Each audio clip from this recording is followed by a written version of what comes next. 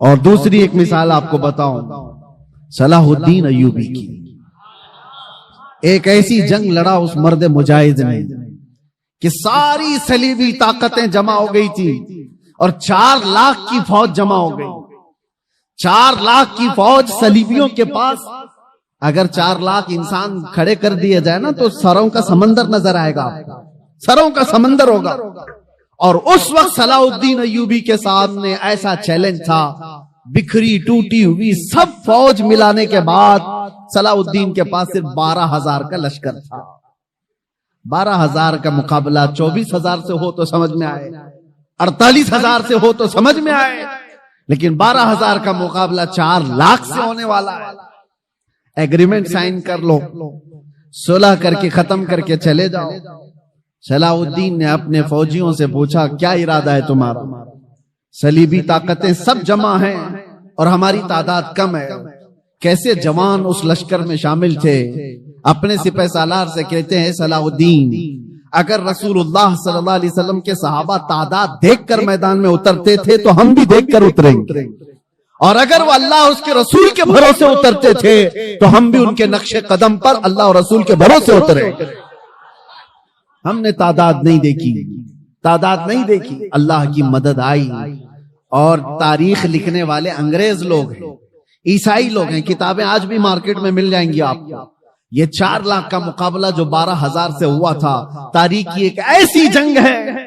انگریز مورخ لکھتے ہیں کہ صلاح الدین کو اور ان کی فوجوں کو قیامت تک فراموش نہیں کر سکتے صلیبی لوگ, اس لیے کہ اس جنگ میں اس نے چھیتڑے اڑا دیے تھے اور ٹکڑے ٹکڑے کر دیے تھے, سب کو بکھیر دیا تھا. لوگ اپنی جانیں بچا کر نکل گئے, مفاہمت پر آ گئے. ایگریمنٹ صلاح الدین نے نہیں, سامنے والوں نے سائن کیا. میرے عزیزوں, میں آپ کو یہ باتیں اس لیے عرض کر رہا ہوں کہ پاور اور طاقت کا نشہ جب کسی کو آتا ہے سر چڑھ کر کے بولتا ہے. اور ایک بات, فرعون کی عمر زیادہ نہیں لمبی کی جاتی, ظلم کی تاریخ زیادہ لمبی نہیں ہوتی, اور ان کا انجام بھیانک ہوتا ہے. اس لیے کہ مظلومین کی آہ جب نکلتی ہے تو اللہ کریم, اللہ رب العزت کو قہار و جبار خدا جلال میں آئے گا اور پکڑ کرتا ہے تو ایسے کہ قرآن میں اللہ تعالیٰ فرماتا ہے فَلَمَّا نَسُوا مَا ذُكِّرُوا بِهِ فَتَحْنَا عَلَيْهِمْ أَبْوَابَ كُلِّ شَيْءٍ حَتَّى إِذَا فَرِحُوا بِمَا أُوتُوا. جب یہ لوگ بھول جائیں اللہ کو تو اللہ فرماتا ہے میں ان کو خوشیوں کے سارے دروازے کھول دیتا ہوں, خوب خوش ہو جاؤ. یعنی اللہ کو بھولنے کے بعد ظالموں کے لیے دروازے کھول دیے جاتے ہیں, خوب خوشیاں مناؤ, سب تمہارا ہے, سب تمہارا ہے, طاقت بھی تمہاری, سیاست بھی تمہاری, تخت بھی تمہارا, سارا ڈپارٹمنٹ تمہارا, ناچو جتنا ناچنا ہے. پھر اللہ فرماتا ہے فَأَخَذْنَاهُمْ بَغْتَةً, اچانک ہم ایک دن پکڑ کریں گے, اچانک ایک دن پکڑ کریں گے, اور پھر پوری دنیا کی طاقت اس پکڑ سے اس کو آزاد نہیں کرا سکے گی, نہیں نکال سکے گی, اور ہم ظالم درندوں کے انجام کا انتظار کریں گے انشاءاللہ. اور آپ دیکھنا میرے عزیزو, ہماری زندگی رہے نہ رہے لیکن اللہ حی و قیوم ہے, واللہ ہمیشہ سے ہے اور ہمیشہ رہنے والا. لوگ یہ سمجھتے ہیں آج ہم پاور میں ہیں اور ہم طاقت میں ہیں, ان کو مار دیں گے, ان کو کاٹ دیں گے, سب کر لو, لیکن اللہ تو زندہ ہمیشہ رہنے والا ہے. ہمارا وارث اللہ رب العزت ہے, ہماری تمام چیزوں کے لیے اللہ کریم ہے. ہم نے جب یہ قرآن میں پڑھا وَأُفَوِّضُ أَمْرِي إِلَى اللَّهِ, اللہ نے یہ قرآن میں سکھایا ہے کہ یوں کہو کہ میں نے اپنے سارے معاملات اللہ کے حوالے کر دیے. ان اللہ بصیر بالعباد, بے شک اللہ اپنے بندوں کو دیکھ رہا ہے. تو پھر دیکھو اللہ تعالیٰ بندوں کو کیسے دیکھتا ہے. ہاں وقت لگتا ہے, تھوڑے دنوں کی بات ہے, میں نے اس وقت دیکھا پڑھنے کے میرے مطالعے میں ایک چیز آئی تھی. حضرت ابو جندل ایک صحابی ہیں, مکہ میں یہ گرفتار ہوئے تھے, قیدی بن گئے کافروں کے ساتھ, اور تقریباً جانتے ہو 16 سال انہوں نے کافروں کی قید میں گزارے. اور جب رسول پاک صلی اللہ علیہ وسلم فتح صلح حدیبیہ جو ہوئی, اس حضور 1400 صحابہ کے ساتھ عمرہ کرنے آ رہے تھے, تب مکہ والوں نے روک لیا تھا اور ایگریمنٹ سائن ہو گئے تھے.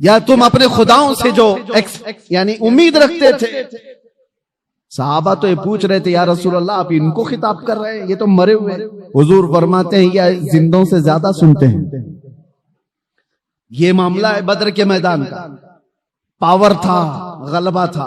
اور ادھر احد کے میدان میں پاور اور غلبہ کفار کو تھا. کیا کیا انہوں نے؟ 70 مسلمانوں کو جو شہید کیا, امیر حمزہ کا سینہ چاک کر کے کلیجہ نکال کے چبایا تھا. انسانوں میں یہ حرکت ہو سکتی ہے؟ کوئی انسان یہ کر سکتا ہے؟ جانور کھاتے ہوں گے جانوروں کو, انسان نہیں. پاور جب ملا تو سینہ چاک کر کے کلیجہ نکال کر کے چبایا. دوسرے کیا کیا؟ سعد ابن ربی ان کے پیٹ کو پھاڑ دیا اور انتڑیاں باہر نکالی, گلے میں ڈال لیے گئے. کیا یہ انسان کر سکتا ہے؟ تیسری مثال حضرت انس بن نزیر. یہ وہ صحابی ہیں, ان کی بہن کہتی ہیں سوائے ان کی شہادت کی انگلی کے ان کا جسم ملا ہی نہیں. کچل دیا گیا تھا, پورا رون دیا گیا تھا, پورے جسم کو رون دیا گیا. ایک انگلی سے پہچان میں آئے کہ انس بن نزیر کی لاش. لاشوں کے ساتھ یہ کیا. جب پاور آیا تو, طاقت آئی تو یہ کیا. چوتھی مثال, یہ تو ایک دو نہیں ہے, کئی مثالیں. عبداللہ بن جہش ایک صحابی, ان کے جسم کے 80 ٹکڑے کیے گئے اور ہر ٹکڑے کو رسی میں پیرو کر ہار بنایا. یہ پاور جب آئے تو کفار یہ کرتے ہیں.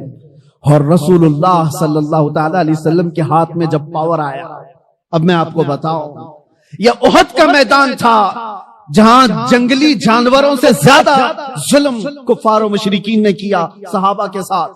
70 صحابہ جو شہید ہوئے ہیں, سب کی لاشوں کے ساتھ انہوں نے بہت برا سلوک کیا ہے, بہت برا سلوک کیا ہے.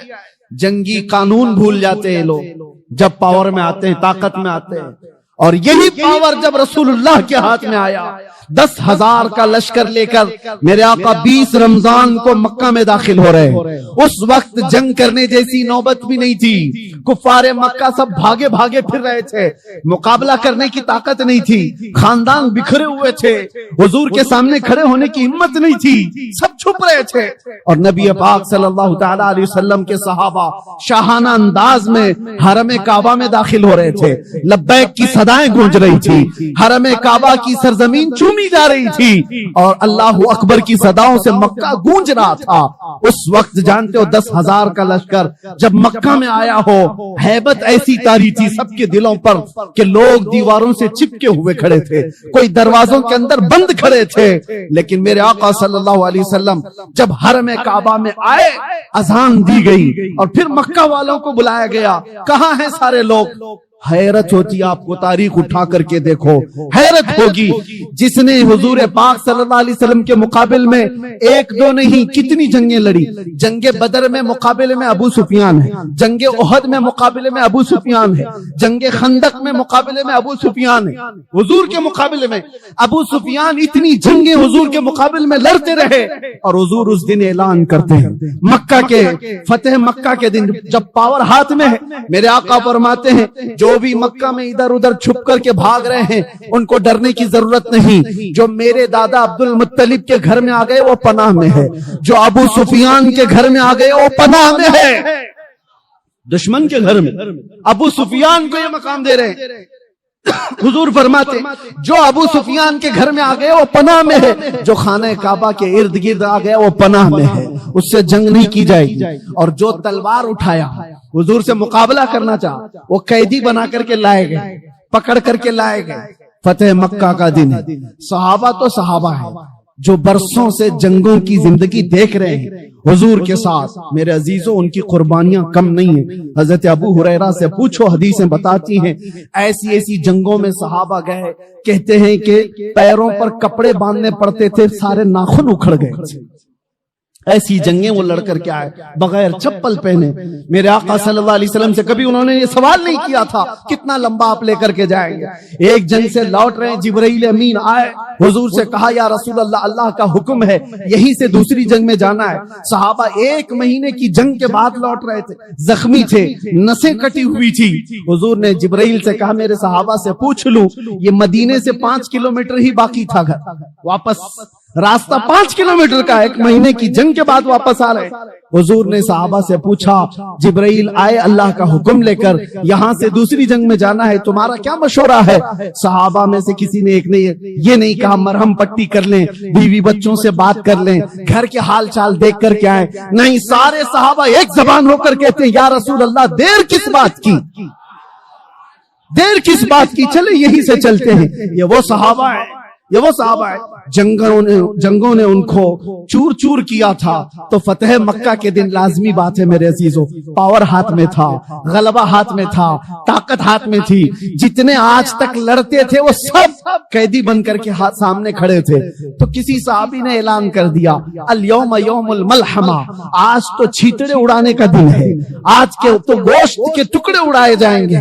میرے آقا نے اس صحابی کا نعرہ بدل دیا، الیوم یوم الملحمہ، ملحمہ کا مطلب ہوتا ہے گوشت کے پیس پیس کیے جائیں گے۔ حضور نے ان کی زبان کو بدل دیا اور کہا لا لا الیوم یوم الرحمہ، آج کا دن تو رحمت کا دن ہے، آج کا دن تو رحمت کا دن ہے۔ لاؤ دنیا میں ایسی مثال، پاور میں آ جائے، طاقت میں آ جائے، تب وہ معاف کرتا ہو۔ یہ ظالم کتے کیا سمجھتے ہیں، جن کے حال چال یہ ہیں کہ چھوٹی سی طاقت کے مالک بن گئے تو نہتوں پر ظلم کرتے ہو، اپنے برابر کی طاقتوں سے لڑنے کی تو ان کے اندر ہمت نہیں ہے۔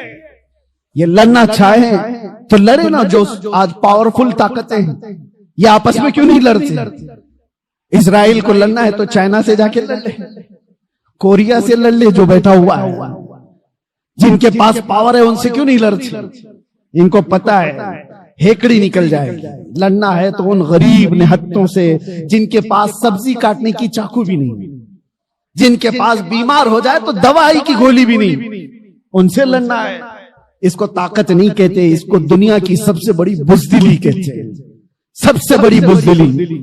اور ایسا جب ظلم ہوتا ہے تو اللہ کی مدد آتی ہے، آئے گی، وقت لگے گا۔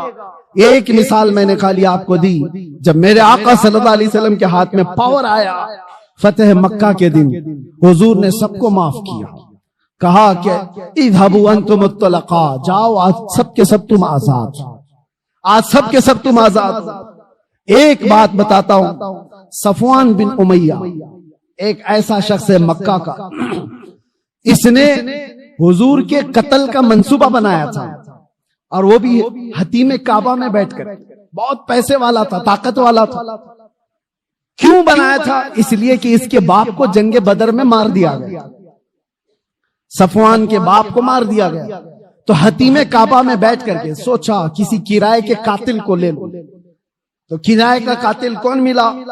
دیکھا سیم ایشو ہونا چاہیے، دوسرے کے پاس بھی ایسی انتقام کی آگ جل رہی ہو، محمد صلی اللہ علیہ وسلم سے بدلہ لینے کی۔ عمیر بن وہب نام کا ایک شخص مل گیا جس کا بیٹا حضور کے پاس قیدی تھا، جنگ بدر میں جو 70 قیدی تھے اس میں ایک قیدی عمیر بن وہب کا بیٹا تھا۔ صفوان نے بلایا عمیر کو، کہا جتنا پیسہ چاہے اتنا دے دوں، تیرے سارے قرضے میں چکا دوں گا، تلوار میں دوں گا، جاؤ مدینے اور محمد کا قتل کر کے صلی اللہ علیہ وسلم۔ عمیر تیار ہو گیا، تلوار لے کر مدینے آ گیا، اور عمیر کو سب پہچانتے تھے۔ عمیر کا ایک لقب تھا شیطان قریش، آگ بھڑکانے والا آدمی۔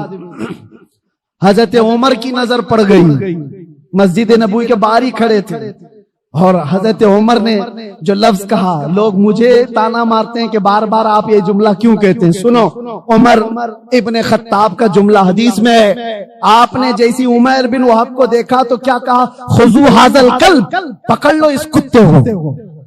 یہ میرا جملہ نہیں ہے، عمر ابن خطاب کا۔ ہاں اگر ہماری زبان سے کتا نکلتا ہے تو وہ برابر جگہ کے لیے نکلتا ہے، ایسا نہیں ہے۔ ہاں تو عمیر بن وہب کو پکڑنے کے لیے عمر ابن خطاب نے کہا، پکڑ لیا، گردن میں گمچھا ڈال کر کے گھمایا، اور پھر حضور پاک صلی اللہ علیہ وسلم مسجد نبوی میں اندر سے جا کر کے پوچھا، آقا وہ عمیر بن وہب آیا ہے، کیا کروں اس کا؟ آپ حکم دیں تو وہی نپٹا دوں اس کو۔ جنگ بدر کو بھڑکانے والا وہی آدمی تھا۔ حضور نے فرمایا آنے دو اندر۔ جب عمیر بن وہب آیا تو حضور نے پوچھا کیوں آئے ہو؟ اس نے کہا بس بیٹے کی خیر خیریت پوچھنے آیا ہوں۔ حضور نے فرمایا سچ بتاؤ کیوں آئے ہو؟ کہا نہیں بس یہی میرا بیٹا آپ کے قید میں حال چال معلوم کرنے آیا۔ حضور نے فرمایا بیٹے کی خیر خیریت لینے کے لیے تلوار لے کے تو نہیں آتے؟ تو اس نے تلوار پھینک دی۔ کہا کیا فائدہ اس تلوار کا، تلواریں ہمارے پاس تھی بدر میں، پھر بھی ہم نہیں جیت پائے نا۔ حضور جلال میں آئے، کہا باتیں مت بناؤ عمیر، وہ بات بولو جو صفوان کے ساتھ حتیم کعبہ میں کر کے آئے ہو، وہ بات بتاؤ جو حتیم کعبہ میں بیٹھ کر کے تم کر کے آئے ہو۔ بس اب کیا تھا، عمیر بن وہب کا جسم کانپنے لگ گیا۔ تنہائی میں بات کی تھی عمیر بن وہب نے صفوان سے اور کہا میں گواہی دیتا ہوں آپ اللہ کے سچے رسول ہیں، مجھے اپنی غلامی میں شامل کر لو۔ وہ عمیر بن وہب صحابی بن گئے۔ حضرت عمر بن خطاب گلے میں ہاتھ ڈال کر باہر لے کر کے آئے اور صحابہ سے کہا تھوڑی دیر پہلے یہ آدمی مجھے خنزیر سے زیادہ برا لگتا تھا اور اب یہ عمیر بن وہب مجھے اپنے بیٹے سے زیادہ عزیز لگتا ہے۔ یہ ہے اللہ کے لیے محبت، اللہ کے لیے دشمنی۔ اب یہ واقعہ پورا میں اس لیے بتا رہا ہوں، عمیر بن وہب گیا تھا گردن لینے کے لیے، اپنی گردن دے آیا۔ صفوان یہاں انتظار کر رہا تھا، روز انتظار کر رہا تھا کہ کچھ نئی نیوز آئے۔ کوئی بھی قافلہ مدینے سے آتا اس کے پوچھتا کوئی نئی خبر ہے، کچھ بڑی خبر ہے؟ اس کے تو دماغ میں یہی تھا کہ آج قتل ہو گیا ہوگا، کل قتل ہو گیا ہوگا۔ ایک قافلہ آیا، صفوان سے کہا ہاں ایک بڑی خبر ہے تیرے لیے۔ کہا کیا؟ کہا تیرا پکا جگری دوست بھی مسلمان ہو گیا۔ وہ کہا یہ تو ڈوب مرنے کا وقت آ گیا میرے۔ یہی وہ دن تھے، تھوڑے دنوں کے بعد حضور پاک صلی اللہ علیہ وسلم پورے صحابہ کی جماعت کے ساتھ مکہ میں آ گئے، فتح مکہ۔ اس وقت تک صفوان ایمان نہیں لایا ہے، ایمان کی بوباس بھی نہیں، انتقام کی آگ میں بھڑک رہا۔ جب حضور آئے اور سب کو امان دے رہے تھے، سب کو امان دے رہے تھے، تو اس وقت صفوان بن امیہ یہ بھاگ کر کے نکل گیا مکہ سے اور لوگوں سے کہا کہ تم لوگ محمد کے ہاتھ میں آنا چاہتے ہو، اس سے بہتر ہے کہ سمندر میں چھلانگ لگاؤ، خودکشی کر لو۔ تو اپنے گھوڑے کو لیا اور سمندر کی طرف چلا گیا کہ میں سوسائیڈ کر لوں گا، ان کے ہاتھ میں آنے سے تو اچھا ہے۔ حضور پاک صلی اللہ علیہ وسلم جب سب کو معافی دے رہے تھے تو عمیر بن وہب حضور کے پاس آتے ہیں، اب وہ صحابی رسول ہیں۔ کہا یا رسول اللہ صفوان بھاگ کر کے گیا ہے، میں چاہتا ہوں کہ اس کو بھی آپ معافی دے دیں۔ اس نے اگرچہ آپ کے قتل کا منصوبہ بنایا تھا، میں ہی آیا تھا، لیکن اس کے اندر اپنے باپ کے انتقام کی آگ بھڑکی ہوئی تھی، اس لیے کیا تھا، آپ معاف کر دیں۔ حضور نے دیکھا عمیر بن وہب کس کی سفارش کر رہا ہے؟ صفوان کی۔ حضور نے کچھ نہیں کہا، مسکرایا اور کہا صفوان کے لیے بھی امان ہے۔ یہ نہیں کہا کہ وہ ایمان لائے تو امان ہے، نہیں، جس حالت میں اس حالت میں امان ہے۔ تو عمیر بن وہب کہتے میں ایسا دوڑا گیا صفوان کو بتانے کے لیے کہ اس کی جان بچا لو، وہ چھلانگ نہ لگا لے۔ بھاگتے گھوڑے سے دوڑاتے ہوئے پا لیا صفوان کو قریب میں۔ کہا تیرے لیے بڑی خوشخبری ہے، محمد صلی اللہ علیہ وسلم اتنے رحم دل آدمی ہیں، انہوں نے تجھے معاف کر دیا ہے۔ صفوان کہتا ہے یہ چیز یقین کرنے کی جیسی ہے ہی نہیں، دنیا میں کون ایسا کرتا ہے؟ تو یا تو کوئی چال بازی کر رہا ہو۔ کہا نہیں، ابو سفیان کو معاف کیا، ہندا کو معاف کیا، سب بڑے بڑے لوگوں کو معاف کیا، تم کیا ہو؟ تو اس نے کہا مجھے اس وقت تک یقین نہیں ہوگا جب تک ان کی کوئی نشانی نہ دیکھ لوں۔ یہ دیکھیں ایک آدمی جو پکڑا گیا ایک قیدی ہے اور وہ اپنی بخشش کے لیے نشانی پوچھ رہا ہے۔ ارے ڈوبتے کو تنکے کا سہارا ہونا چاہیے، اگر فرمان بھی سن لے تو آ جانا چاہیے، لیکن وہاں نہیں۔ وہ کہتا ہے میں اس وقت تک یقین نہیں کروں گا جب تک نشانی نہ۔ عمیر بن وہب پھر سے واپس آئے اور حضور سے کہا یا رسول اللہ وہ مان نہیں رہا ہے، وہ خودکشی کر لے گا، وہ مر جائے گا اور اس کو میری بات پر یقین نہیں آ رہا ہے۔ حضور نے فرمایا کیا وہ میرے تمام حیت کو پہچانتا ہے؟ کہا کہ یا رسول اللہ آپ کی حیت کو کون نہیں پہچانتا، آپ کی شکل و شباہت کو کون نہیں پہچانتا۔ حضور نے اپنا عمامہ اتارا اور کہا یہ لے جاؤ اس کو بتا دو۔ اللہ اکبر، آتا ہے فقیروں پہ انہیں پیار کچھ ایسا، خود بھیک دیں اور خود کہیں منگتے کا بھلا۔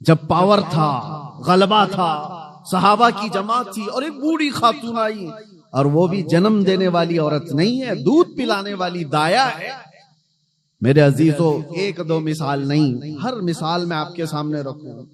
حضور پاک صلی اللہ تعالی علیہ وسلم ایک بار ایک درخت کے نیچے آرام فرما رہے ہیں، صحابہ بھی تھے، کسی غزوے سے واپس لوٹ رہے تھے۔ اس وقت اچانک ایک دشمن آ گیا، وہ گھات لگائے بیٹھا ہوگا، صحابہ نیند میں تھے، حضور پاک صلی اللہ علیہ وسلم کی تلوار بازو رکھی ہوئی تھی، اچانک ایک شخص آیا اور حضور کی وہ تلوار اٹھا لی۔ حضور نبی پاک صلی اللہ تعالی علیہ وسلم بیدار ہوئے اور دیکھا تو وہ تلوار سونتے کھڑا ہے بالکل حضور کے سامنے، حضور پاک صلی اللہ علیہ وسلم کے پاس۔ تو حضور اکرم صلی اللہ تعالی علیہ وسلم اس کو دیکھ رہے کہ اب یہ تلوار چلانے والا ہے، اور اس شخص نے تلوار چلانے سے پہلے حضور سے پوچھا، بتا محمد تم کو مجھ سے کون بچا سکے گا؟ حضور پاک صلی اللہ علیہ وسلم نے ایک بلند آواز سے صرف اتنا کہا، اللہ۔ حضور پاک کی زبان سے یہ جملہ نکلا تھا کہ اس کے ہاتھ سے تلوار گر گئی اور کپ کپی اس کو طاری ہو گئی۔ جیسی تلوار گری حضور نے اٹھا لیا۔ اب آپ دیکھیں، جب کایا پلٹ جائے، پانسا پلٹ جائے، پاور دوسرے کے پاس آ جائے، اور اس وقت جو ہم کو ستایا ہوا آدمی ہمارے ہاتھ کے نیچے آ جائے، تو پھر انسان کی فطرت کیا ہوتی ہے؟ رگڑ دو اس کو، مسل دو اس کو، پرانا بدلہ لے لو۔ جب اس کے پاس پاور تھا تو مجھے پریشان کیا اس نے، طاقت کا استعمال کیا اس نے۔ حضور پاک کے پاس تلوار ہاتھ میں آئی، اب وہ کانپنے لگا۔ حضور نے پوچھا، بتا اب تجھ کو مجھ سے کون بچائے گا؟ وہ تو کافر تھا، وہ کافر تھا۔ حضور نے تو فرمایا تھا اللہ۔ اس نے کہا، میں نے سنا ہے کہ تم کریم ابن کریم ابن کریم ہو۔ حضور پاک صلی اللہ علیہ وسلم نے فرمایا، جاؤ تمہیں آزاد کر دیا۔ تو وہ آزاد ہو کر کے گیا تھوڑی نا، بلکہ کہا کہ لا الہ الا اللہ محمد رسول اللہ، اور اپنی قوم میں آ کر کے بتایا، میں نے ایک ایسے رحم دل انسان کو دیکھا ہے، جب اس کے ہاتھ میں پاور آ گیا تو اس نے تلوار چلانے کی بجائے مجھے مسکرا کر کے آزاد کیا۔ میرے عزیزو، یہ آسان بات نہیں۔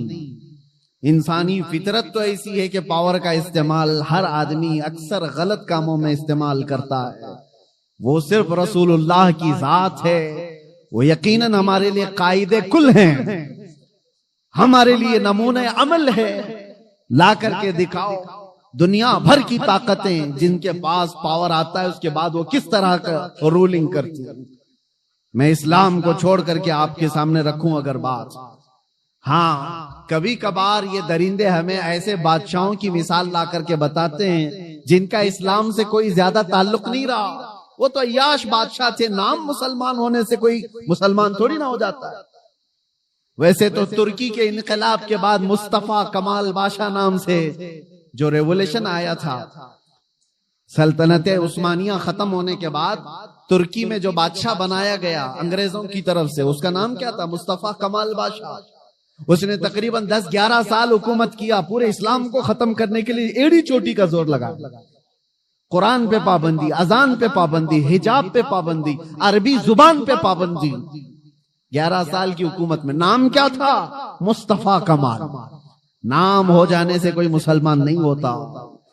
ہاں یہ بات یاد رکھے، مثال لاؤ ایسی ابو بکر و عمر و عثمان و حیدر رضی اللہ تعالیٰ عنہما جیسی، کہ ان کے دور خلافت میں اگر آپ کو ہزاروں مثالیں رکھوں، پاور تھا، غلبہ تھا، طاقت تھی، تب پھر کس طرح کا استعمال کیا ہے۔ آج دنیا کو دیکھو، نہتوں پر جو ظلم کیا جاتا ہے، برابر کا مقابلہ ہو تو سمجھ میں آئے کہ دو پہلوان میدان میں لڑ رہے ہیں۔ فلسطین اور اسرائیل کے معاملات کو پوری دنیا جانتی ہے۔ ایک طرف کنکر اور پتھر لے کر لڑنے والے بچے، اور ایک طرف پیٹروٹ میزائل پوری دنیا کو سپلائی کرنے والی ہائی ٹیکنالوجی پاور والی طاقت۔ کوئی مقابلہ ہے؟ کوئی مقابلہ نہیں، لیکن دنیا دیکھ رہی ہے۔ اور حقیقت میں بتاؤں، حق و باطل کے معاملات جب بھی ٹکرائے نا، برابری کبھی ہوئی نہیں،